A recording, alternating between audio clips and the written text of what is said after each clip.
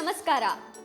Map of me ಯುವ ಜನರಿಗೆ ನೆರವಾಗುವ ಉದ್ದೇಶದಿಂದ ಪ್ರಾರಂಭಿಸಿದ ಕನ್ನಡದ ಮೊದಲ ಡಿಜಿಟಲ್ ಚಾನೆಲ್.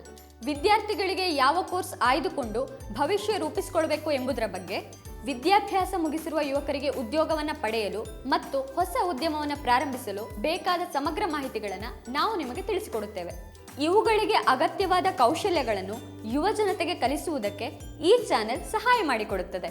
ಯುವತಿಯರ ವಿದ್ಯಾಭ್ಯಾಸ ಮತ್ತು ಅವರು ಉದ್ಯೋಗವನ್ನು ಪಡೆಯುವುದಕ್ಕೆ ಅಥವಾ ಹೊಸ ಉದ್ಯಮವನ್ನು ಪ್ರಾರಂಭಿಸುವುದರ ಬಗ್ಗೆ ನಾವು ಹೆಚ್ಚಿನ ಗಮನ ಹರಿಸುತ್ತೇವೆ. ಹಾಗಿದ್ರೆ ಮತ್ತ್ಯಾಕೆ ತಡ? ಈಗಲೇ ನಮ್ಮ www.mapofme.in ಅನ್ನು ಸಬ್ಸ್ಕ್ರೈಬ್ ಮಾಡಿ. ಇದು ಸಂಪೂರ್ಣ ಉಚಿತವಾಗಿದ್ದು ಪ್ರತಿದಿನ ಹೊಸ ಉದ್ಯಮ ಮತ್ತು ಕೌಶಲ್ಯಗಳ ಬಗ್ಗೆ ಸಮಗ್ರ ಮಾಹಿತಿಯನ್ನು ನೀಡುತ್ತೇವೆ. ದೈನಂದಿನ ವಿಡಿಯೋಗಳನ್ನು ಪಡೆಯಲು, ಹೊಸ ಕೌಶಲ್ಯಗಳನ್ನು ಕಲಿಯಲು ಮತ್ತು ಹೊಸ ವೃತ್ತಿಯನ್ನು ಆರಂಭಿಸಲು ಹಿಂದೆ ನಮ್ಮ ಚಂದಾದಾರರಾಗಿ. ಬರೀ ಇಷ್ಟೇ ಅಲ್ಲ, ಇಲ್ಲಿ ನಿಮ್ಮ ಪ್ರೊಫೈಲನ್ನು ಕ್ರಿಯೇಟ್ ಮಾಡಿದರೆ MOMನಲ್ಲಿ ನಾವು ನಿತ್ಯವೂ ಕೇಳುವ ಪ್ರಶ್ನೆಗಳಿಗೆ ನೀವು ಸರಿಯಾದ ಉತ್ತರವನ್ನು ನೀಡಿದಲ್ಲಿ ಆಕರ್ಷಕ ಬಹುಮಾನವನ್ನು ಪಡೆಯುವ ಅವಕಾಶ ನಿಮ್ಮದಾಗುತ್ತದೆ. ಇದರ ಬಗ್ಗೆ ಹೆಚ್ಚಿನ ಮಾಹಿತಿಗಳು ನಿಮಗೆ ಸಿಗುತ್ತೆ. ಅದಕ್ಕಾಗಿ ನೀವು ಮಾಡಬೇಕಾಗಿರೋದು ಇಷ್ಟೇ, ಈ ವಿಡಿಯೋವನ್ನು ಕಡೆ ತನಕ ನೀವು ನೋಡಬೇಕು. ಇವತ್ತಿನ ಎಪಿಸೋಡ್ನ ಮುಖ್ಯ ಭಾಗಕ್ಕೆ ಹೋಗುವ ಮುನ್ನ ಮ್ಯಾಪ್ ಆಫ್ ಮೀ ನಡೆಸುತ್ತಿರುವ ಕಾಂಟೆಸ್ಟ್ ಬಗ್ಗೆ ತಿಳ್ಕೊಳ್ಳೋಣ. ಹೊಸ ಜೀವನವನ್ನು ರೂಪಿಸಿಕೊಳ್ಳಲು ಇರುವ 26 ಹಂತಗಳಲ್ಲಿ ನಾವಿವತ್ತು 14ನೇ ಹಂತವನ್ನು ತಲುಪಿದ್ದೇವೆ. ಅದೇನು ಅಂತ ತಿಳ್ಕೊಳ್ಳೋಣ. ಹಾಯ್, ಮ್ಯಾಪ್ ಆಫ್ ಮೀಯ 26 ಹಂತದ ಸವಾಲಿಗೆ ಸ್ವಾಗತ. ಈ ಹಂತದಲ್ಲಿ ನಾವು ಗೊಬ್ಬರವನ್ನು ತಯಾರಿಸುವ ಬಗ್ಗೆ ಚರ್ಚಿಸೋಣ. ರಾಸಾಯನಿಕ ಗೊಬ್ಬರಗಳಿಂದ ಬೆಳೆದ ಹಣ್ಣುಗಳು, ತರಕಾರಿಗಳು ಆರೋಗ್ಯಕ್ಕೆ ಹಾನಿಕರ ಎಂದು ನಮ್ಗೆಲ್ರಿಗೂ ಗೊತ್ತು. ಆದ್ರಿಂದ ನಾವು ರಾಸಾಯನಿಕ ಗೊಬ್ಬರದ ಬದಲು ಸಾವಯವ ಗೊಬ್ಬರವನ್ನು ಬಳಸಬೇಕು. ಸಾವಯವ ಗೊಬ್ಬರವನ್ನು ತಯಾರಿಸಲು ನಮ್ಮ ಮನೆಯಲ್ಲಿ ಮಾಡಿ ಉಳಿದ ಆಹಾರ ಪದಾರ್ಥ, ಒಣಗಿದ ಎಲೆಗಳು ಮತ್ತು ಮನೆಯಲ್ಲಿ ಉಳಿದಿರುವ ತರಕಾರಿಗಳು ಅಥವಾ ಹಣ್ಣುಗಳ ಸಿಪ್ಪೆಗಳನ್ನು ಬಳಸಬಹುದು. ಸಾವಯವ ಗೊಬ್ಬರದಿಂದ ಮಣ್ಣಿನ ಫಲವತ್ತತೆ ನಾಶವಾಗುವುದಿಲ್ಲ ಮತ್ತು ಇದರಿಂದ ಬೆಳೆದ ಹಣ್ಣು ಮತ್ತು ತರಕಾರಿಗಳು ನಮ್ಮ ಆರೋಗ್ಯಕ್ಕೆ ತುಂಬಾ ಒಳ್ಳೆಯದು.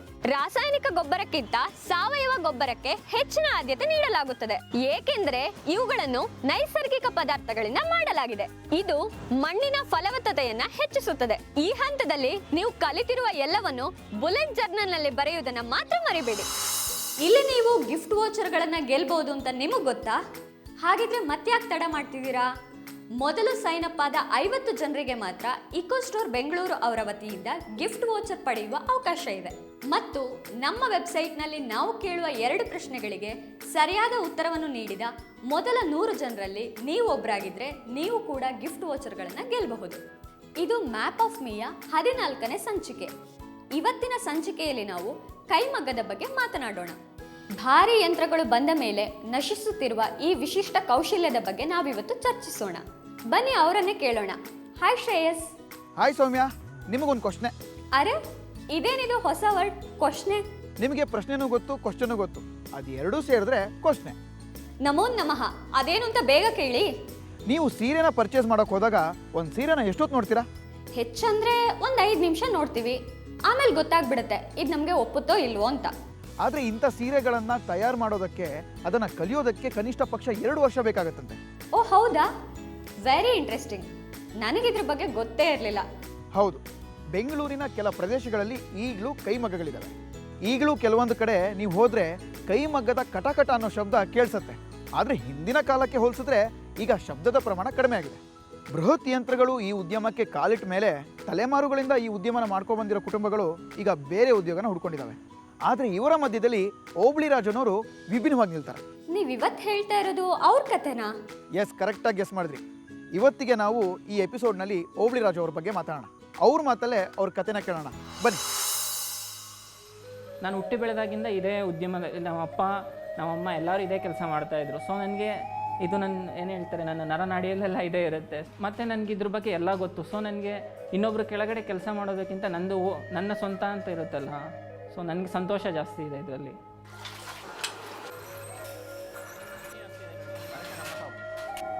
ನನ್ನ ಹೆಸರು ಓಬಳಿ ರಾಜ್. ಇದು ನನ್ನ ಕೈಮಗ್ಗದ ಮನೆ.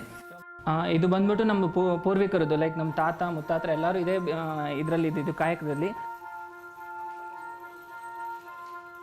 ಪ್ರೋಸೆಸ್ ಬಗ್ಗೆ ಸಿಂಪಲಾಗಿ ಹೇಳೋದಾದರೆ, ಫಸ್ಟ್ ನಾವು ರಾ ಮೆಟೀರಿಯಲ್ಸ್ನ ಮಾರ್ಕೆಟಿಂದ ತೊಗೊಬರ್ತೀವಿ. ಇದನ್ನು ಡೈಯಿಂಗ್ ಮಾಡಿಸಿ, ಕಲರ್ ಮಾಡಿಸಿ ತೊಗೊಂಡ್ಬಂದು ಅದನ್ನು ವೈಡಿಂಗ್ ಅಂತ ಒಂದು ಮಿಷಿನಲ್ಲಿ ವೈಡಿಂಗ್ ಮಾಡಿ ಅದು ಬಾಬಿನಾಗಿ ಕನ್ವರ್ಟ್ ಆಗುತ್ತೆ. ಬಾಬಿನಿಂದ ಕಣಿಕೆಗಳನ್ನ ಸುತ್ತೀವಿ, ಲೈಕ್ ಚರಕನಲ್ಲಿ ಸ್ಪಿನ್ನಿಂಗ್ ಇದರಿಂದ ಮಾಡಿ ಆ ಕಣಿಕೆಯಿಂದ ನಾವು ನೆಕ್ಸ್ಟು ಲಾಸ್ಟ್ ಫೈನಲ್ ಸ್ಟೇಜ್ ಬಂದುಬಿಟ್ಟು ಮಗ್ಗದಲ್ಲಿ ಆ ಕಂಡಿಕೆ ಯೂಸ್ ಮಾಡಿಕೊಂಡು ಸೀರೆ ವಾರ್ಪ್ ಜೊತೆ ಕಂಬೈನ್ ಮಾಡ್ತೀವಿ. ಅದನ್ನು ಲಾಸ್ಟ್ಲಿ ಸೀರೆ ಪ್ರೊಡ್ಯೂಸ್ ಆಗುತ್ತೆ. ಯಾರೇ ಒಬ್ಬರು ಬಂದು ನಾನು ಕಲಿತು ನಾನು ಮಾಡ್ತೀನಿ ಅಂದರೆ ಲೈಕ್ ಬೇಗ ಆಗೋದಿಲ್ಲ. ಇದು ಕಲಿಯೋದಕ್ಕೇ ಇದು ಪ್ರೋಸೆಸ್ಸೇ ಲೈಕ್ 2 ಇಯರ್ಸ್ ಮೇಲೆ ತೊಗೊಳುತ್ತೆ ಕಂಪ್ಲೀಟಾಗಿ. ಇವಾಗ ನನಗೆ ಎಂಟೈರ್ ಮಗ್ಗದ ಬಗ್ಗೆ ನಾನು ಪ್ರಾಪರ್ ಇವಾಗ ಕೈಮಗ್ಗದಲ್ಲಿ ಕೆಲಸ ಮಾಡ್ತೀನಿ ಅಂತಾದರೆ, ಬಟ್ ಒಂದು ಸರಿ ಅವ್ರು ಮಾಡಿಕೊಂಡ್ರೆ ಇದು ಒಂದು ವಿಷನ್ ಇರುತ್ತಲ್ಲ ಅದೆಲ್ಲ ಚೇಂಜ್ ಆಗುತ್ತೆ. ಲೈಕ್ ಯಾಕಂದರೆ ಇದರಲ್ಲಿ ಕಂಪ್ಲೀಟಾಗಿ ಇನ್ವಾಲ್ವ್ ಆಗಿ ಇದು ಮಾಡಬೇಕಾಗುತ್ತಲ್ಲ. ಇದು ಬಂದ್ಬಿಟ್ಟು ಪ್ಯೂರ್ಲಿ ಬೇಸ್ಡ್ ಆನ್ ಸ್ಕಿಲ್. ನಮ್ಮ ಹತ್ರ ಸಿಗೋ ಡಿಸೈನ್ಸು ಅವರು ಅದರಲ್ಲಿ ಮಾಡೋದಕ್ಕಾಗೋದಿಲ್ಲ. ಇಲ್ಲಿ ಮತ್ತು ಕ್ವಾಲಿಟಿ ಬರುತ್ತಲ್ಲ, ಕ್ವಾಲಿಟಿನಲ್ಲಿ ನಮ್ಮದು ಕಾಂಪ್ರಮೈಸೇ ಆಗೋದಿಲ್ಲ.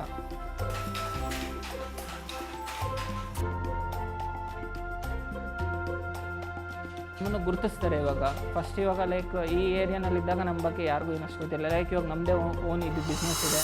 ವಾವ್, ಕೈಮಗ್ಗದಲ್ಲಿ ಇಷ್ಟೊಂದೆಲ್ಲ ಪ್ರೊಸೆಸ್ ಇದೆ ಅನ್ನೋದು ನನಗೆ ಗೊತ್ತೇ ಇರಲಿಲ್ಲ. ಕೈಮಗ್ಗ ಅನ್ನೋದು ಸುಲಭದ ಮಾತಲ್ಲ, ಅದು ಅತ್ಯಂತ ಕಠಿಣ ಕೆಲಸ. ಆದರೆ ಇದನ್ನು ಮಾಡೋದಕ್ಕೆ ಮಷಿನ್ಗಳು ಬಂದಮೇಲೆ ತುಂಬ ಸುಲಭ ಆಗಿಬಿಟ್ಟಿದೆ. ಅದೇ ಕಾರಣಕ್ಕೆ ಈ ಉದ್ಯಮ ನಶಿಸ್ತಾ ಇದೆ ಅನ್ಸುತ್ತೆ. ಕೇವಲ ಮನೆಯ ಹಿರಿಯರು ಈ ವಿಧಾನದಲ್ಲಿ ಒಂದಷ್ಟು ಕೆಲಸ ಮಾಡ್ತಿದ್ದಾರೆ ಅಂತ ಅನ್ಸುತ್ತೆ. ಆದರೆ ಓಬಳಿ ರಾಜ್ ಅವರು ಅನಕ್ಷರಸ್ಥರಲ್ಲ, ಸಾಕಷ್ಟು ಓದ್ಕೊಂಡಿರೋರು.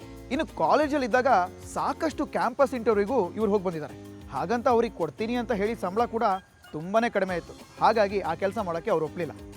ನಿಜ, ಫ್ರೆಷರ್ಗಳಿಗೆ ಕೊಡೋ ಸಂಬಳ ಯಾವುದಕ್ಕೂ ಸಾಲಲ್ಲ.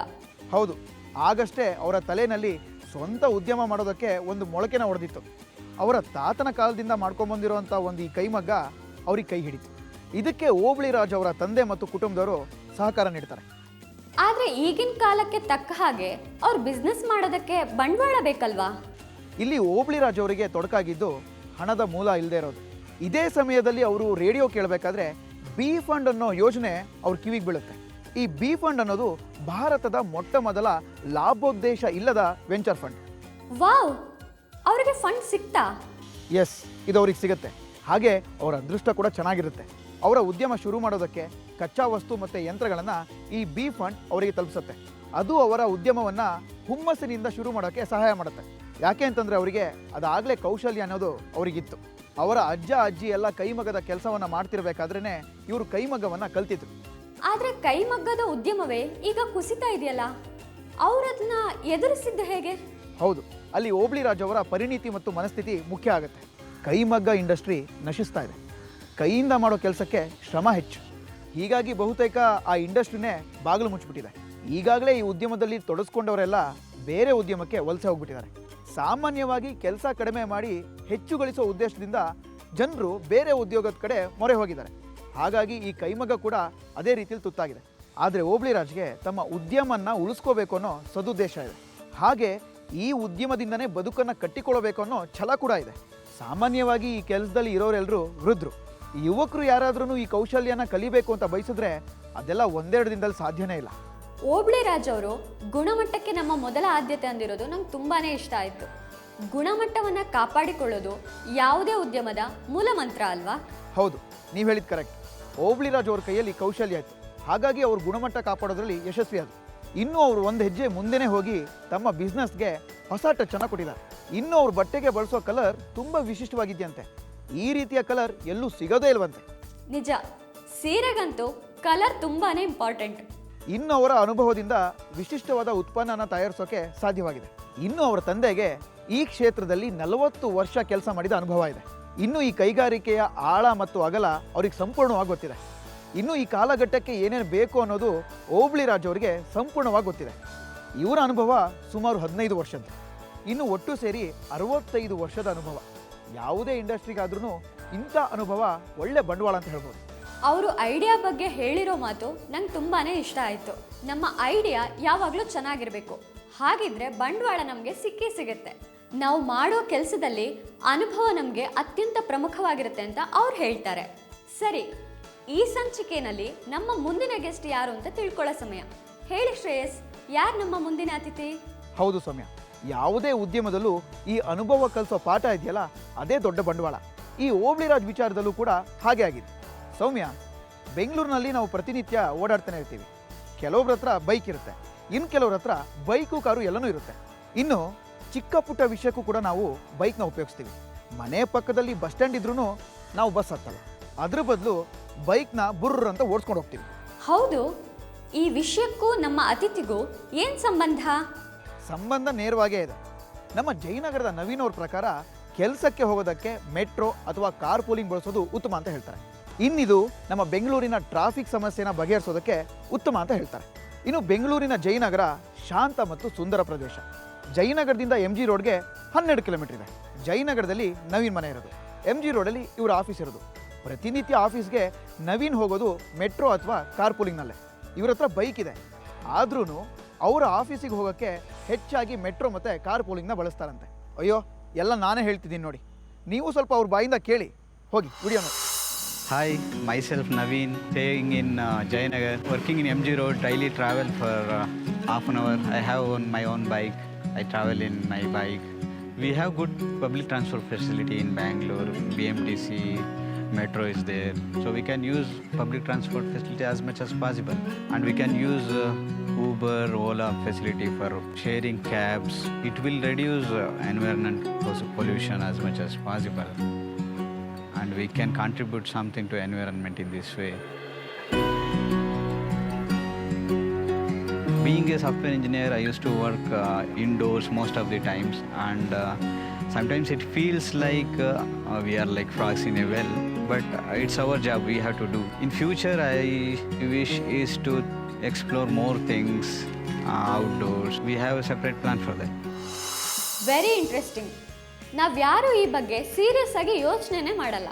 ನಾವು ಇಂದು ಬೈಕ್ ತೆಗೆಯದೇ ಇದ್ರೆ ಟ್ರಾಫಿಕ್ ಕಡಿಮೆ ಮಾಡೋದಕ್ಕೆ ನಾವು ಕೂಡ ಒಂದು ಕಾಂಟ್ರಿಬ್ಯೂಟ್ ಮಾಡಿದ ಹಾಗೆ. ಹೀಗೆ ಸಾವಿರಾರು ಲಕ್ಷಾಂತರ ಜನ ಯೋಚನೆ ಮಾಡೋದ್ರಿಂದ ಬೆಂಗಳೂರಿನ ಟ್ರಾಫಿಕ್ ಸಮಸ್ಯೆ ಕಡಿಮೆ ಮಾಡ್ಬೋದು. ಆದಷ್ಟು ಬೇಗ ಜನರು ಇದ್ರ ಬಗ್ಗೆ ಯೋಚನೆ ಮಾಡೋ ಥರ ಆಗಲಿ. ಕರೆಕ್ಟ್. ಹಾಗಾದ್ರೆ ನಾವು ನಮ್ಮ ಮುಂದಿನ ಗೆಸ್ಟ್ ಬಗ್ಗೆ ನೋಡೋಣವಾ? ಇನ್ನು ಮಾತಾಡೋಕೆ ಹೊರಟಿರೋ ವ್ಯಕ್ತಿ ತುಂಬ ವಿಶೇಷವಾದ ವ್ಯಕ್ತಿ. ಇನ್ನು ಅವ್ರ ಪರಿಸರನ ಎಷ್ಟು ಪ್ರೀತಿ ಮಾಡ್ತಾರೆ ಅಂತಂದರೆ ಅವರ ಜಾಗದಲ್ಲಿ ಬೀಳೋ ಒಂದು ಹನಿ ನೀರು ಕೂಡ ಚರಂಡಿಗೆ ಹೋಗಕ್ಕೆ ಬಿಡಲ್ಲ. ಅವ್ರ ರೀತಿ ಹೇಗೆ ಅಂತಂದರೆ ಅದು ನಮ್ಮ ಜೇಬಿಗೆ ಬರೋ ₹1 ಹಾಗೆ ಅವ್ರು ನೋಡ್ಕೋತಾರೆ. ಅವರ ಪ್ರಕಾರ ಬೀಳೋ ನೀರಿನ ಒಂದೊಂದು ಹನಿ ಅವರ ಜೇಬಿಗೆ ಸೇರೋ ₹1 ಪ್ರಕಾರ ಅಂತೆ. ವಾವ್, ಎಷ್ಟು ವಿಶಿಷ್ಟವಾಗಿದೆ ಈ ಐಡಿಯಾ. ಅವ್ರು ಯಾರು ಅಂತ ತಿಳ್ಕೊಳ್ಳೋದಕ್ಕೆ ನನಗಂತೂ ಕುತೂಹಲ ಹೆಚ್ಚಾಗ್ತಾನೆ ಇದೆ. ಇನ್ನು ಅವ್ರ ಹೆಸರು ಎಸ್ ವಿಶ್ವನಾಥ್ ಅಂತ. ಇನ್ನು ಅವ್ರನ್ನ ಮಳೆ ನೀರಿನ ಕೊಯ್ಲು ಮನುಷ್ಯ ಅಂತಲೂ ಕರೀತಾರೆ. ಇನ್ನು ಅವರು ಮಳೆ ನೀರಿನ ಕೊಯ್ಲು ಮಾಡೋ ಐಡಿಯಾ ಬಂದಿದ್ದು ಅವ್ರ ಮನೆ ಕಟ್ಟುವಾಗ ಅವ್ರು ತಂದಿಟ್ಟಿದ್ದ ಟ್ಯಾಂಕರ್ನ ಮೂಲಕ. ಓ, ಅದು ಹೇಗೆ? ಮನೆ ಕಟ್ಟುವಾಗ ಕ್ಯೂರಿಂಗ್ ಮಾಡುವಾಗ ತುಂಬ ನೀರನ್ನು ಬಳಸ್ತೀವಿ. ಹಾಗೆ ಬಳಸೋ ಜಾಗದಲ್ಲಿ ಟ್ಯಾಂಕರ್ನ ಇಡೋದು ಕಾಮನ್. ಆ ಸಮಯದಲ್ಲಿ ಮಳೆ ಬಂದಿತ್ತಂತೆ. ಆಗ ಟ್ಯಾಂಕರ್ಗೆ ತುಂಬೋದಾದಂಥ ನೀರು ಹರಿದು ಹೋಗ್ತಾ ಇತ್ತಂತೆ. ಅದನ್ನು ನೋಡಿ ಅವರಿಗೆ ಐಡಿಯಾ ಬಂತಂತೆ. ಬಿದ್ದ ನೀರನ್ನು ಸುಮ್ಮನೆ ಹರಿದೋಗೋಕೆ ಬಿಟ್ಟು ಹೊರಗಡೆಯಿಂದ ದುಡ್ಡು ಕೊಟ್ಟು ನೀರನ್ನ ತರಿಸ್ತಾ ಇದ್ದೀವಿ ಅಂತ ಅವ್ರಿಗೆ ಅನಿಸಿದೆ. ಅವರ ಮನೆಯ ಪ್ಲಾನಿಂಗ್ನ ಬದಲಾಯಿಸಿ ಬಿದ್ದ ಜಾಗದಲ್ಲಿ ನೀರನ್ನು ಸಂಗ್ರಹಿಸಿಡೋ ವ್ಯವಸ್ಥೆನ ಅವ್ರು ಮಾಡ್ತಾರೆ. ಹೌದಾ? ಹಾಗಾದ್ರೆ ಅವ್ರು ಏನು ಹೇಳಿದ್ದಾರೆ ಅಂತ ಕೇಳೋಣ ಬನ್ನಿ. If Bangalore city digs a million wells and recharges every drop of rain that falls on the city itself, it will never run out of water. When we started to build our house in 94, we were buying water, but at the same time we saw that rainwater was flowing down the drains. So we began to harvest rainwater. Well, one of the first things we've done is to collect every drop of rainwater that falls on our house. We segregate that into different components. We collect water for drinking and cooking purpose exclusively.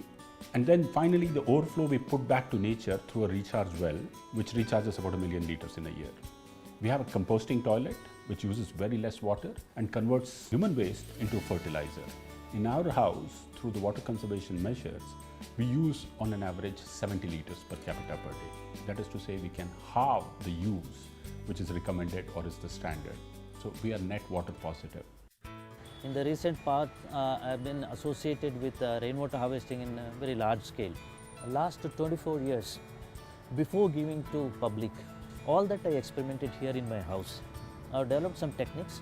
One is to filter rainwater. It's called pop-up filter. This is basically a wall-mounted filter.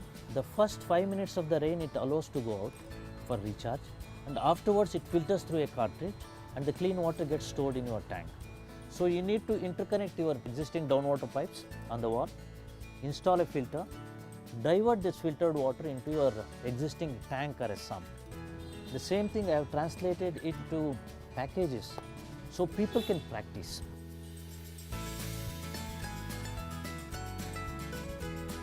Catch the rain where it falls. Everyone can do it. It's the simplest and the easiest way to go close to nature and have a sustainable living. ಸಾಮಾನ್ಯವಾಗಿ ಈ ಮಳೆ ನೀರನ್ನು ನಾವು ಬೇರೆ ಕಡೆ ಎಲ್ಲೂ store ಮಾಡೋಕ್ಕಾಗಲ್ಲ, ಟ್ಯಾಂಕರ್ನಲ್ಲೋ ಅಥವಾ ಇನ್ನೆಲ್ಲೋ. ಯಾಕೆಂದರೆ ಅದು ಶುದ್ಧವಾಗಿರಲ್ಲ, ಕುಡಿಯೋಕೆ ಯೋಗ್ಯವಾಗಿರಲ್ಲ. ಹಾಗಾಗಿ ಈ ಸಮಸ್ಯೆಯನ್ನು ನಿವಾರಿಸೋಕೆ ಅವರು ಫಿಲ್ಟರ್ಗಳನ್ನು ಅಳವಡಿಸಿದಾರಂತೆ. ಹಾಗೆ ಇದಕ್ಕೆ ಬೇಕಾಗಿರೋ ಮಾಹಿತಿನ ಅವರು ಹವಾಮಾನ ಇಲಾಖೆಯಿಂದ ಪಡ್ಕೋತಾರಂತೆ. ಅವ್ರು ಹೇಳೋ ಪ್ರಕಾರ ಬೇರೆ ಎಲ್ಲ ನೀರಿನ ಮೂಲಕ್ಕಿಂತ ಮಳೆ ನೀರು ತುಂಬ ಯೋಗ್ಯವಾದದ್ದು ಅಂತ. ಯಾಕೆ ಅಂದರೆ ಅದರಲ್ಲಿ ಕೆಮಿಕಲ್ ಇರಲ್ಲ. ಬೋರ್ವೆಲ್ ನೀರಿನಲ್ಲಿ ಜಾಸ್ತಿಯಾದ ಲವಣಾಂಶ ಮತ್ತು ಖನಿಜಾಂಶ ಇರುತ್ತೆ. ಹಾಗಾಗಿ ನಾವು ಈ ಅಭ್ಯಾಸನ ಬೆಳೆಸ್ಕೋಬೇಕು. ಇದನ್ನ ಫಿಟ್ ಮಾಡೋದಕ್ಕೆ ಕೇವಲ 1 ದಿನ ಸಾಕು ಅಂತ ಹೇಳ್ತಾರೆ ವಿಶ್ವನಾಥ್ ಅವರು. ಈ ಐಡಿಯಾ ಎಷ್ಟು ಅದ್ಭುತವಾಗಿದೆ. ನಾವು ಮಳೆ ನೀರನ್ನು ಉಳಿಸಿಟ್ಕೊಂಡ್ರೆ ಸ್ವಲ್ಪ ಮಟ್ಟಿಗೆ ನೀರಿನ ಅಭಾವ ಕಡಿಮೆ ಆಗುತ್ತೆ. ನಾವು ಮಳೆ ನೀರನ್ನ ಹಾಗೆಯೇ ಚರಂಡಿಗೆ ಹರಿಬಿಟ್ಟು ಹಾಳು ಮಾಡ್ತೀವಿ. ಬೋರ್ವೆಲ್ ನೀರಿಗೆ ಕಂಪೇರ್ ಮಾಡಿದ್ರೆ ಮಳೆ ನೀರು ತುಂಬಾ ಶುದ್ಧ ಅಂತೆ. ಯಾಕೆ ಅಂದ್ರೆ ಇದು ಭೂಮಿಯಿಂದನೇ ಆವಿಯಾಗಿ ಮೋಡ ಆಗಿ ಮಳೆ ನೀರಾಗಿ ಮತ್ತೆ ಭೂಮಿಗೆ ಬರುತ್ತೆ. ಅದಕ್ಕೆ ನಾವು ನಮ್ಮ ಭೂಮಿ ಮೇಲಿರುವ ಕಸವನ್ನು ಸೇರಿಸಿ ಹಾಳು ಮಾಡ್ತಾ ಇದ್ದೀವಿ. ಇದನ್ನ ನಾವು ಸ್ಟೋರ್ ಮಾಡಿಟ್ಕೊಂಡ್ರೆ ನಮ್ಮ ಅಗತ್ಯದ ನೀರಿನ ಅರ್ಧದಷ್ಟು ಕಡಿಮೆ ಆಗುತ್ತೆ. ನಿಜ. ಇವರ ಇಂಟ್ರೆಸ್ಟಿಂಗ್ ಮಳೆ ಕಥೆನ ನೋಡಿದ ನಂತರ ನಾವೀಗ ಇನ್ನೊಬ್ಬ ನೇಕಾರರ ಬದುಕು ಹೇಗಿದೆ ಅಂತ ನೋಡೋದಕ್ಕೆ ಗದಗಕ್ಕೆ ಹೋಗೋಣ. ಹೌದು, ಗದಗ ನಾಗರಾಜ್ ಅವರು ಹಲವು ತಲೆಮಾರುಗಳಿಂದ ಈ ನೇಕಾರಿಕೆನ ಮಾಡ್ಕೊಂಡ್ ಬರ್ತಿದ್ದಾರೆ. ತುಂಬಾ ಚಿಕ್ಕ ವಯಸ್ಸಿನಲ್ಲೇನೆ ಇವರು ನೇಕಾರಿಕೆನ ಶುರು ಮಾಡ್ತಾರೆ. 15 ವರ್ಷಗಳಿಂದ ನಾಗರಾಜ್ ಅವರು ಈ ವೃತ್ತಿನ ಮಾಡ್ಕೊಂಡ್ ಬರ್ತಿದ್ದಾರೆ. ಇವರ ಉದ್ಯಮಕ್ಕೆ ಬಿ ಫಂಡ್ ಹಣಕಾಸಿನ ಅನುದಾನ ನೀಡಿದೆ. ಈ ಬಿ ಫಂಡ್ ಅನ್ನೋದು ಭಾರತದ ಮೊಟ್ಟ ಮೊದಲ ಲಾಭೋದ್ದೇಶ ಇಲ್ಲದ ಸಂಸ್ಥೆ. ಇವ್ರ ಯೂನಿಟ್ನ ಬೆಳೆಸೋಕೆ ಬಿ ಫಂಡ್ ತುಂಬಾನೇ ಸಹಾಯ ಮಾಡ್ತಂತೆ. ಅಂದಹಾಗೆ ಇವ್ರ ಸ್ಟೋರಿನ ಅವ್ರ ಬಾಯಿಂದಾನೆ ಕೇಳ್ಕೊಂಬರೋಣ ಬನ್ನಿ. ಬಂಡವಾಳೆಲ್ಲ ಬೆಂಗಳೂರಲ್ಲಿದ್ದ ತರಿಸ್ತಾರೆ, ರಾಮನಗರ ಅಂತೇಳಿ. ಅಲ್ಲಿಂದ ತಂದು ಬಣ್ಣ ಕೊಟ್ಟು ಆಮೇಲೆ ಇಲ್ಲಿ ತೋಡವು ಅವೆಲ್ಲ ತೋಡಿ ಆಮೇಲೆ ಈ ಥರ ಬೀಮ್ ರೆಡಿ ಮಾಡ್ತಾರೆ. ಈ ಥರ ಬೀಮ್ ರೆಡಿ ಮಾಡಿ ಮಗ್ಗಕ್ಕೆ ಹಾಕಿ ಸೀರೆ ತಯಾರು. ನಮ್ಮ ಹೆಸರು ನಾಗರಾಜ್ ಅಂತ ಮೇಡಮು. ನಾವು ನೇಕಾರಿಕೆ ಮಾಡ್ತೇವೆ ರೀ. ನಮ್ಮ ತಂದೆಯವರು ಫಸ್ಟ್ ಮಾಡ್ತಿದ್ರು. ಆಮೇಲೆ ನಾವು ಕಲಿತು ಈಗ ಒಂದು 15 ವರ್ಷ ಆಯ್ತು ನಾವು ಮಾಡೋಕ್ಕಂತ. ನಮ್ಮ ಹೆಸರು ಪುಷ್ಪಾವತಿ, ನೈಕಾರ, ಮಗ್ಗ ನೇಯ್ತೀವಿ. ನಾವು ಕಲ್ತಿದ್ರಂದ್ರೆ ನಮ್ಮ ಮನೆಯವ್ರು ಕಲಿಸಿದ್ದು. 3 ವರ್ಷ ಆತ್ರಿ ನಾವು ಕಲ್ತು. ರೀಲ್ ತೋಡೋ ಮಿಷನ್ ಬೇಕು ರೀ. ಆಮೇಲೆ ಕಣ್ಕಿ ಸುತ್ತ ಮಿಷನ್ ಬೇಕು, ಅದು ಡಬ್ಬಿ ಪಾಳೆ ಮಿಷನ್ ಬೇಕು.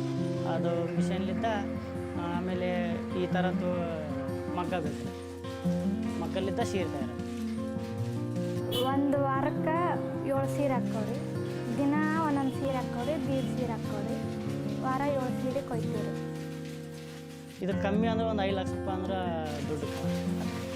ರೇಷ್ಮೆ ತೊಗೊಳ್ಬೇಕು ರೀ ಬೆಂಗಳೂರಾಗ. ಅದು 1 kg 4800 ರೂಪಾಯಿ ಐತ್ರಿ. 6 kg ರೇಷ್ಮೆ ಬೇಕು ರೀ. 6 kg ರೇಷ್ಮೆ ಬೇಕಂತ ತೊಗೊಂಡು ಬಣ್ಣ ಕೊಟ್ಟನಂದ್ರೆ ಒಂದು ಬೀಮ್ ತಯಾರಾಗ್ಬೇಕಂದ್ರೆ 1 ಲಕ್ಷ ರೂಪಾಯಿ. ಒಂದು ಬೀಮ್ ಸುತ್ತಿ 100 ಸೀರೆ ತಯಾರಾಗ್ತದೆ. ಅಂದ್ರೆ ಹುಬ್ಳಿ ಕೊಡ್ತಾರೆ ಮಾಲ್. ಹುಬ್ಳಿ ತೊಗೊಂಡು ಒಂದು ಸೀರೆಗೆ ಏನು 1800ರಿಂದ 1900 ರೂಪಾಯಿ ಮಾಡ್ತಾರೆ. ಮನ್ಯಾಗ ಕಲಿಬೋದು. ಒಂದು ತಿಂಗಳ ಒಪ್ಪಟ್ಟು ನೋಡ್ಕೊಂಡಂದ್ರೆ ತಾವ ಕಲಿತೀವಿ. ಆ ರೇಷ್ಮೆ ಸೀರೆಗಳನ್ನು ನೋಡ್ತಾ ಇದ್ರೆ ನನಗೆ ಈಗಲೇ ಖರೀದಿ ಮಾಡೋಣ ಅಂತ ಅನ್ಸುತ್ತೆ. ಹೌದು ಸೌಮ್ಯ, ಇವ್ರ ಸೀರೆಗಳು ಎಷ್ಟು ಚೆನ್ನಾಗಿದೆ ಗೊತ್ತಾ. ಆದ್ರೆ ನೇಕಾರಿಕೆ ಉದ್ಯಮ ನಾವು ಅನ್ಕೊಂಡಷ್ಟು ಚೆನ್ನಾಗಿ ನಡೀತಿಲ್ಲ. ಒಂದು ಸೀರೆನ ನೇಕಾರಿಕೆ ಮಾಡೋದಕ್ಕೆ 7 ರಿಂದ 8 ಜನರ ಅವಶ್ಯಕತೆ ಇದೆ. ಈ 7-8 ಜನ ಸೇರಿ ಒಂದು ವಾರಕ್ಕೆ 7 ರಿಂದ 8 ಸೀರೆನ ತಯಾರು ಮಾಡ್ತಾರೆ. ಇದು ಅಷ್ಟು ಸುಲಭದ್ದಲ್ಲ. ಅವ್ರ ಸೀರೆ ನೋಡಿದ್ರೆ ಗೊತ್ತಾಗುತ್ತೆ ಅವ್ರ ಕಷ್ಟ ಎಷ್ಟಿದೆ ಅಂತ. ಹೌದು, ಅವರ ಶ್ರಮ ಮತ್ತು ಕಷ್ಟವನ್ನು ನಾವು ಲೆಕ್ಕ ಹಾಕಿದ್ರೆ ಮಾರ್ಕೆಟಲ್ಲಿ ನಾವು ಕೊಡೋ ದುಡ್ಡು ಯಾವುದಕ್ಕೂ ಸಾಲಲ್ಲ ಅಂತ ಅನ್ಸುತ್ತೆ. ಅದ್ ಯಾಕೆ ಹೀಗೆ ಅನ್ಸುತ್ತೆ ಅಂತಂದ್ರೆ ಮನುಷ್ಯರು ಯಂತ್ರಗಳ ಜೊತೆ ಕಾಂಪೀಟ್ ಮಾಡ್ಬೇಕಾಗತ್ತೆ. ಇದಕ್ಕೆ ಸರಿಯಾದ ಮ್ಯಾನ್ ಪವರ್ಗಳು ಸಿಗೋದಿಲ್ಲ. ಎಲ್ಲ ಸಣ್ಣ ಉದ್ಯಮದವರ ಸಮಸ್ಯೆನೂ ಒಂದೇ ತರ ಆಗಿರೋದು, ಕೆಲಸಕ್ಕೆ ಸರಿಯಾದ ಜನ ಸಿಗೋದಿಲ್ಲ ಅನ್ನೋದು. ನಾಗರಾಜ್ ಅವ್ರು ಕೂಡ ಇದನ್ನೇ ಹೇಳ್ತಾರೆ. ಅವ್ರು ಹೇಳೋ ಪ್ರಕಾರ ಕೆಲಸಕ್ಕೆ ಜನರ ಅವಶ್ಯಕತೆ ಇದೆ, ಆದ್ರೆ ಇಂಥ ಕೆಲಸಕ್ಕೆ ಸ್ಕಿಲ್ಸ್ ಇರೋ ಜನರು ಸಿಗೋದಿಲ್ಲ. ಅಕಸ್ಮಾತ್ ಆಗಿ ಸಿಕ್ಕಿದ್ರು ಅವ್ರ ಸಾಲದ ಹೊಣೆ ಇವ್ರ ಮೇಲೆ ಇರುತ್ತಂತೆ. ಇಷ್ಟರ ಮಧ್ಯದಲ್ಲೂ ಇವರ ಪರಿಶ್ರಮಕ್ಕೆ ನಾವು ಹ್ಯಾಂಡ್ಸ್ ಆಫ್ ಹೇಳಲೇಬೇಕು. ನಿಜ. ಇಲ್ಲಿಗೆ ನಮ್ಮ ಈ ಇಂದಿನ ಸಂಚಿಕೆಗೆ ಮುಕ್ತಾಯ ಹೇಳೋ ಸಮಯ. ಇವತ್ತಿನ ಈ ಎಪಿಸೋಡ್ ನಿಮಗೆಲ್ರಿಗೂ ಇಷ್ಟ ಆಗಿರ್ಬೋದು, ಸ್ಫೂರ್ತಿ ಆಗಿರಬಹುದು. ಇಂತಹ ಉತ್ತಮ ಚಿಂತನೆಗಳನ್ನು ಹೆಚ್ಚೆಚ್ಚು ಜನರಿಗೆ ತಲುಪಿಸುವ ಪ್ರಯತ್ನಕ್ಕೆ ನಿಮ್ಮ ಪ್ರೋತ್ಸಾಹವೂ ಬೇಕು. ಹೇಗೆ ಅಂತ ಕೇಳ್ತೀರಾ? ನಮ್ಮ ಯೂಟ್ಯೂಬ್ ಚಾನಲನ್ನು ಸಬ್ಸ್ಕ್ರೈಬ್ ಆಗಿ, ನಮ್ಮ ವೆಬ್ಸೈಟ್ಗೆ ಲಾಗಿನ್ ಆಗಿ. ಅದರಲ್ಲಿ ನಾವು ಕೇಳುವ ಪ್ರಶ್ನೆಗಳಿಗೆ ಸರಿಯಾದ ಉತ್ತರವನ್ನು ನೀವು ಹೇಳಿದ್ರೆ ಬಹುಮಾನಗಳನ್ನು ಗೆಲ್ಲುವ ಅವಕಾಶ ನಿಮ್ಮದಾಗಿಸ್ಕೊಳ್ಬೋದು. ಹಾಗಿದ್ರೆ ಮತ್ತ್ಯಾಕೆ ತಡ ಮಾಡ್ತಿದ್ದೀರಾ? ಮೊದಲು ಸೈನ್ ಅಪ್ ಆದ 50 ಜನರಿಗೆ ಮಾತ್ರ ಇಕೋ ಸ್ಟೋರ್ ಬೆಂಗಳೂರು ಅವರ ವತಿಯಿಂದ ಗಿಫ್ಟ್ ವೋಚರ್ ಪಡೆಯುವ ಅವಕಾಶ ಇದೆ. ಮತ್ತು ನಮ್ಮ ವೆಬ್ಸೈಟ್ನಲ್ಲಿ ನಾವು ಕೇಳುವ 2 ಪ್ರಶ್ನೆಗಳಿಗೆ ಸರಿಯಾದ ಉತ್ತರವನ್ನು ನೀಡಿದ ಮೊದಲ 100 ಜನರಲ್ಲಿ ನೀವು ಒಬ್ಬರಾಗಿದ್ದರೆ ನೀವು ಕೂಡ ಗಿಫ್ಟ್ ವೋಚರ್ಗಳನ್ನು ಗೆಲ್ಲಬಹುದು. ಇವತ್ತಿನ ಸಂಚಿಕೆಯ ಪ್ರಶ್ನೆಗಳು ಹೀಗಿವೆ. ಮೊದಲನೇ ಪ್ರಶ್ನೆ, ವಿಶ್ವ ವನ್ಯಜೀವಿ ದಿನವನ್ನು ಯಾವಾಗ ಆಚರಿಸಲಾಗುತ್ತದೆ? ನಿಮ್ಮ ಆಯ್ಕೆಗಳು ಹೀಗಿವೆ: 1 ಜನವರಿ 25, 2 ಫೆಬ್ರವರಿ 2, 3 ಫೆಬ್ರವರಿ 27, 4 ಮಾರ್ಚ್ 3.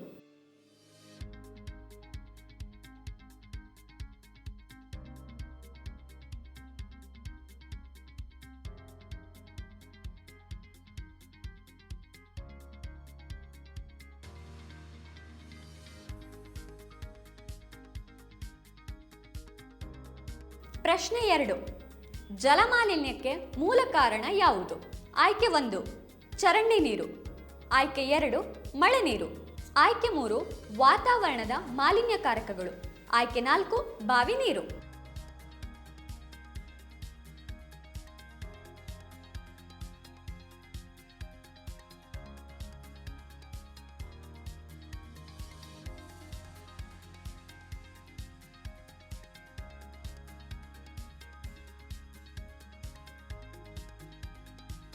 ಬಿಟಿ ವಿಶ್ಲೇಷಕರಿಂದ ಕರಿಯರ್ ಟಿಪ್ಸ್.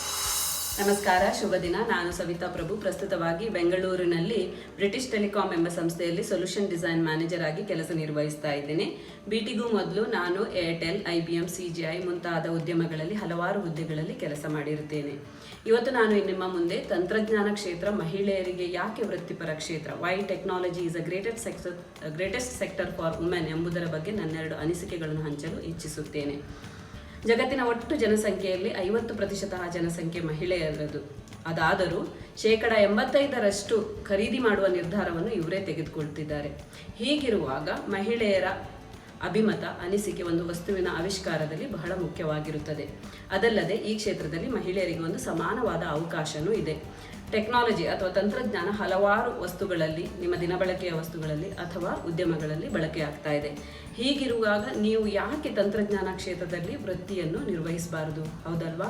ಈ ಕ್ಷೇತ್ರದಲ್ಲೂ ಮಹಿಳೆಯರಿಗೆ ಯಾಕೆ ಒಂದು ವೃತ್ತಿಪರ ಕ್ಷೇತ್ರ ಅನ್ನೋದಕ್ಕೆ ಕೆಲವು ಮುಖ್ಯ ಅಂಶಗಳಲ್ಲಿ ಒಂದು, ಹೊಸ ಆವಿಷ್ಕಾರಗಳಲ್ಲಿ ನಿಮ್ಮನ್ನು ತೊಡಗಿಸಿಕೊಳ್ಳುವ ಅವಕಾಶ ಈ ಕ್ಷೇತ್ರ ನಿಮಗೆ ಒದಗಿಸ್ತದೆ. ಅದರಿಂದಾಗಿ ನೀವು ಹಲವಾರು ಹೊಸ ವಿಷಯಗಳನ್ನು ಕಲಿಯಬಹುದಾಗಿದೆ. ಎರಡನೇದಾಗಿ, ನೀವು ಯಾವುದೇ ಉದ್ಯಮದಿಂದಲಾದರೂ ಈ ಕ್ಷೇತ್ರದಲ್ಲಿ ಕೆಲಸ ಮಾಡಬಹುದು. ಯಾಕಂದರೆ ಈ ಕ್ಷೇತ್ರ ಎಲ್ಲ ಉದ್ಯಮಗಳಿಗೂ ಒಂದು ಪೂರಕವಾಗಿರುವ ಕ್ಷೇತ್ರ. ಮೂರನೇದಾಗಿ, ನೀವು ಅಥವಾ ಇನ್ನಿತರರ ಜೀವನದಲ್ಲಿ ಏನಾದರೂ ವ್ಯತ್ಯಾಸ ತರಬೇಕಂದ್ರೂ ಈ ಕ್ಷೇತ್ರ ನಿಮಗೆ ಅವಕಾಶ ನೀಡುತ್ತದೆ. ಯಾಕಂದರೆ ಇದು ನಿಮ್ಮ ದಿನಬಳಕೆಯ ಕೆಲಸಗಳಲ್ಲದೆ ದೇಶದ ಹಲವಾರು ಸಮಸ್ಯೆಗಳನ್ನು ನಿವಾರಿಸಲು ಪ್ರಮುಖ ಪಾತ್ರ ವಹಿಸಿದೆ. ಉದಾಹರಣೆಗೆ, ಈಗ ಕೋವಿಡ್ನ ಸಮಯದಲ್ಲಿ ನೋಡಿ, ಆರೋಗ್ಯ ಸೇತು ಆ್ಯಪ್ ಡೆವಲಪ್ಮೆಂಟ್ ಅಥವಾ ನಮ್ಮ ಮಕ್ಕಳಿಗಾಗ್ತಿರೋ ಆನ್ಲೈನ್ ಕ್ಲಾಸಸ್ನಲ್ಲಿ ಟೆಕ್ನಾಲಜಿ ತುಂಬಾ ಸಹಕಾರಿಯಾಗಿದೆ. ನಾಲ್ಕನೇದಾಗಿ, ಇದರಲ್ಲಿರುವ ಧನಾತ್ಮಕ ಪ್ರಯೋಜನಗಳು ತುಂಬ ಹೇರಳವಾಗಿದೆ. ಟೆಕ್ಕೀಸ್ ಅಂದರೆ ಇದರಲ್ಲಿ ಕೆಲಸ ಮಾಡುವವರಿಗೆ ತುಂಬಾ ಬೇಡಿಕೆ ಇದೆ. ಹೀಗಿರುವಾಗ ಒಳ್ಳೆ ಸಂಬಳದ ಜೊತೆಗೆ ಹಲವಾರು ಇತರ ಸೌಲಭ್ಯಗಳು ಇದೆ. Like medical insurance, work from home facilities ಅಥವಾ ಫ್ಲೆಕ್ಸಿಬಲ್ ವರ್ಕ್ ಅವರ್ಸ್ ಅಥವಾ ನಿಮಗೆ ಹೆರಿಗೆ ರಜೆ, ಹೀಗೆಲ್ಲ ಹಲವಾರು ಸೌಲಭ್ಯಗಳು ಸಿಗ್ತದೆ. ಕೊನೆಯದಾಗಿ ಅಂದರೆ ಈ ಕ್ಷೇತ್ರದಲ್ಲಿ ಯಾರು ಬೇಕಾದರೂ ಕೆಲಸ ಮಾಡ್ಬೋದು, ಎಲ್ರಿಗೂ ಅವಕಾಶ ಇದೆ. ಕೇವಲ ಕೋಡರ್ ಅಥವಾ ಪ್ರೋಗ್ರಾಮರ್ಗೆ ಅಲ್ಲದೆ ಇನ್ನಿತರ ವೈವಿಧ್ಯಮಯ ಬ್ಯಾಕ್ಗ್ರೌಂಡ್ನಿಂದ, ಅನುಭವಗಳಿಂದ ಬಂದವರಿಗೂ ಇಲ್ಲಿ ಕೆಲಸ ಸಿಗ್ತದೆ. Like HR, sales, marketing, doctors, financers, lawyers, ಹೀಗೆ ಹಲವಾರು ಜನಗಳಿರು ಎಲ್ಲಿಂದಲಾದರೂ ವೈವಿಧ್ಯಮಯ ಹಿನ್ನೆಲೆಗಳಿಂದ ಬಂದವರಿಗೂ ಇಲ್ಲಿ ಅವಕಾಶಗಳು ಇವೆ. ನಾನು ಕಳೆದ 18 ವರ್ಷಗಳಿಂದ ಈ ಕ್ಷೇತ್ರದಲ್ಲಿ ಕೆಲಸ ಮಾಡ್ತಾ ಇದ್ದೇನೆ. ಈ ಕ್ಷೇತ್ರ ನನಗೆ ಬಹಳ ಉಪಯುಕ್ತ ಕಲಿಕೆಯನ್ನಲ್ಲದೆ ಹಲವಾರು ಪಾತ್ರಗಳನ್ನು ನಿರ್ವಹಿಸಲು ಅವಕಾಶ ಕೊಟ್ಟಿದೆ. ನನಗೆ ಇದು ಮನಸ್ಸಿಗೆ ತುಂಬ ತೃಪ್ತಿ ತಂದಿದೆ. ನೀವು ನಿಮ್ಮ ಚಿಕ್ಕ ವಯಸ್ಸಿನಲ್ಲಿ ಈ ಕ್ಷೇತ್ರದಲ್ಲಿ ಆಸಕ್ತಿ ತೋರಿಸಿ ಪ್ರಪಂಚದ ಪ್ರಗತಿಯಲ್ಲಿ ಭಾಗಿಯಾಗಿ ಅಂತ ಆಶಿಸ್ತೇನೆ. Welcome to the technology world. ವಂದನೆಗಳು. ನಮ್ಮ ಇವತ್ತಿನ ಈ ಸಂಚಿಕೆಯನ್ನು ಇಲ್ಲಿಗೆ ಮುಗಿಸ್ತಾ ಎಲ್ರಿಗೂ ಧನ್ಯವಾದಗಳು.